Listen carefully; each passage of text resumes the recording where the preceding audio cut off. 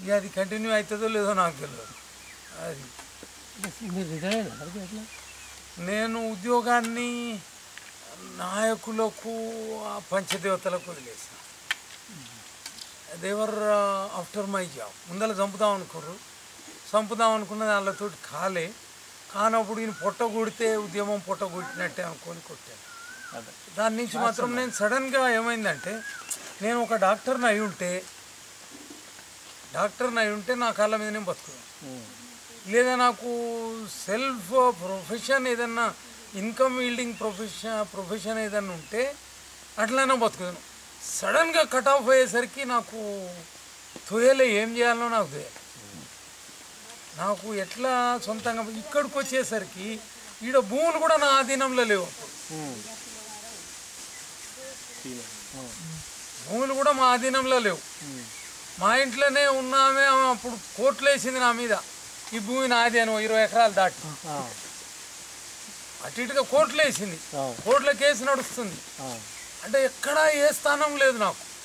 ఆ పుస్తకంలో చెప్పిన నేను ఏం డాక్యుమెంట్స్ నా దగ్గర సరిగ్గా ఇప్పుడు ఈ 3 మంచాలు వెలుపున ఈ ఎత్తున మొత్తం డాక్యుమెంట్స్ ఏం రికార్డ్ అది.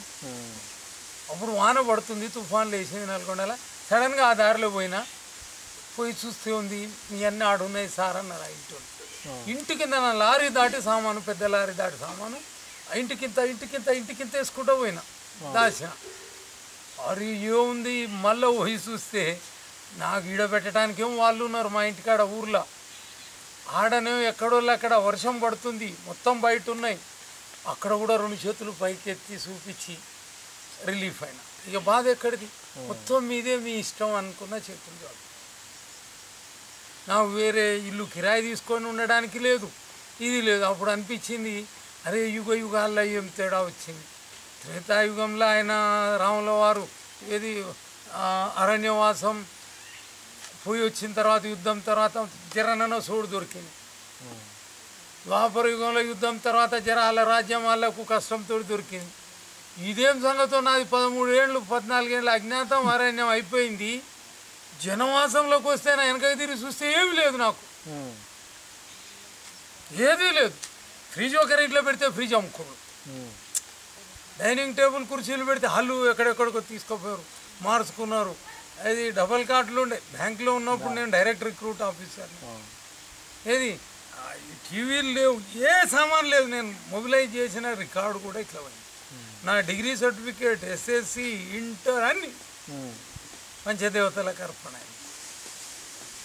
అప్పుడు ఇక్కడ ఈ తల్లి పిలిపించుకొని, ఇది గుడిసే కదా, రండి చూపెడతా. అయితే నేను చిన్న గుడిసేసుకున్నా, గుడిసే మీద గుడిసే ఉంది. వనిత ఇంజనీరింగ్ సెకండ్ ఇయర్, వీళ్ళమ్మాయి చిన్నప్పుడు మా దగ్గర పెరిగింది. ఈ 2 దూలాల మధ్యన నా గుడిసె ఉండే. ఇది ఉందా, ఈ దూలం ఇట్లా వి షేప్లో నా గుడిసె. ఈ గుడిసెలా ఎప్పుడు 24 కోళ్లను పొదిగేసి ఉంచేది. 6 నుంచి 8 మంది పండుకునేది ఇదే గుడిసెల, ఈ స్థలంలో. ఒకనాడు 20 మంది పండుకున్నాం ఇంట్లో వాన పడుతుంటే. కూర్చొని ఇదే రైలు డబ్బా, ఢిల్లీ పోయే రైలు డబ్బా అనుకుందాం అనుకున్నాం. ఇట్లా కూర్చొని ఇంట్లోనే తాజ్మహల్ కూడా పండుకునేది మాతో పాటు. ఇప్పుడు కూడా జరుగుగొడ్లు, తాజ్మహల్, పింజరాలు వచ్చి పండుకుంటాయి. నేను దండం పెట్టేది ఇది మొరటి దండం. నేను సమ్మక్క సారక్క తల్లి దగ్గరికి పోయి చూసింది దాకా తెలియదు నాకు. నేను కట్టెలకి దండం పెడతా, ఆడ కూడా కట్టెలే. నేను విగ్రహాలు చేసుకోలేను, కొనుక్కోలేను, అందుకని కట్టెలకే దండం పెడతా. ఆ కట్టెలు ఈడ కూడా కట్టెలు. ఆమె 100 సార్లు వచ్చి మాట్లాడింది ఈడ. ఓ స్వామి స్వామి, నేను నీ కొండకు 100 సార్లు వచ్చిన, నువ్వు నా దగ్గరికి ఒక్కసారైనా రావా అంటే పోయినా. అయ్యాలో చూసిన ఆమె దగ్గర కట్టెకు దండం. అప్పటిదాకా నాకు తెలియదు. నాకు తెలియకుండానే నేను కూడా కట్టెలకు దండం. ఎందుకంటే నేను మూర్తుల్ని, విగ్రహాలని కొనుక్కునే పరిస్థితి లేదు. ఉన్న కట్టెలకు పెడతా. ఆమె మా కన్న తల్లి. ఇక్కడ శ్రీశైలం బ్రహ్మరాంబ తల్లి, ఈడ మధ్యన శివుడు, ఇక్కడ ఇంకొక తల్లి, ఇక్కడ ఆంజనేయ స్వామి, ఈడ పన్ని అమ్మవారు, ట్రైబల్ గాడెస్. అంత చోట అల్లదే నేను నడుంగలీడ పండుకుంటా. ఈ రంధ్రాలలోకి వెళ్ళి పాములు వస్తుంటాయి పోతుంటాయి, వీళ్ళు కూడా పండుకుంటాయి పాములు. నేనైతే పరిశాన్ కాదు. 3 నెలలప్పుడు నేను ఊర్లో, మీకు ఓపికంటే ఊర్లో పోయి ఇల్లు చూద్దాం. ఆ కమాన్ ఉండే, ఆ కమాన్లో 3 నెలలప్పుడే తొట్టిలో ఉంటే ఉయ్యాలలా తాజ్మా వచ్చి ఆ తోటి ఆడిందట. నేను దాన్ని పట్టుకొని ఆడినట. 3 నెలలప్పుడే ఆమె ఖతం చేస్తే నేను ఉంది ఆడి దాకా. కాబట్టి నేను పరిశాన్ చేసేది ఉంది కాబట్టి నన్ను ఆ తల్లి, నేను ఇవ్వాలని చెప్పిన రాత్రి ఓ కళ్ళు వచ్చింది. వాళ్ళని అడిగాను. చెట్టు నిండా తాజ్మహల్ ఉన్నాయి, పెద్ద చెట్టు నిండా తాజ్మహల్ ఉన్నాయి. ఆ తాజ్మహల్ని అడుగుతున్నా నేను, ఎట్లా మీరు ఈ చెట్లను కొట్టేస్తే మీరు ఎడిగిపోయి ఉంటారు, ఎక్కడ ఉంటారు అని అడుగుతున్నా. అవి నాతోటి చెప్తున్నా ఏమని, మేము కొట్టనీయం కదా, ఈ చెట్టును కొట్టనీయం కదా, మేము ఈ చెట్లను కొట్టనీయం అని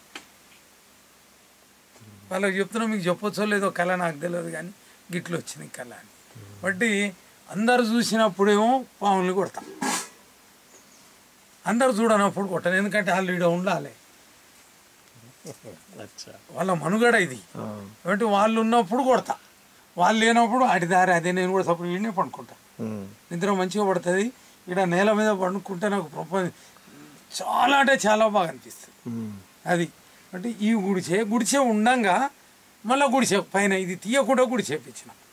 అందరూ వచ్చి అడిగి చెప్పిన, అందరూ బంగ్లా మీద బంగ్లా కడతారు, మా తాతలు కూడా కట్టారు. నేను గుడిసె మీద గుడిసె కట్టినా. చెప్తా, నాది 360 దర్వాజాలు, 660 కిటికీలు అంట. దర్వాజాలు అంటే ఏవి లేవు, మొత్తం ఓపెన్ ఉంటుంది. కిటికీలు అంటే ఇక అన్నీ ఓపెన్ అవుతాయి. ఎలకలు 100 దాటి ఎలకలు బతుకుతాయి, ఇంట్లో ఉరుకుతూ ఉంటాయి. అవి కిటికీలు అంట. అందరూ ఏమనుకుంటారు అంటే ఇలా కోట కావచ్చు, అందుకని నీ దర్వాజాలు ఇన్ని కిటికీలు అని.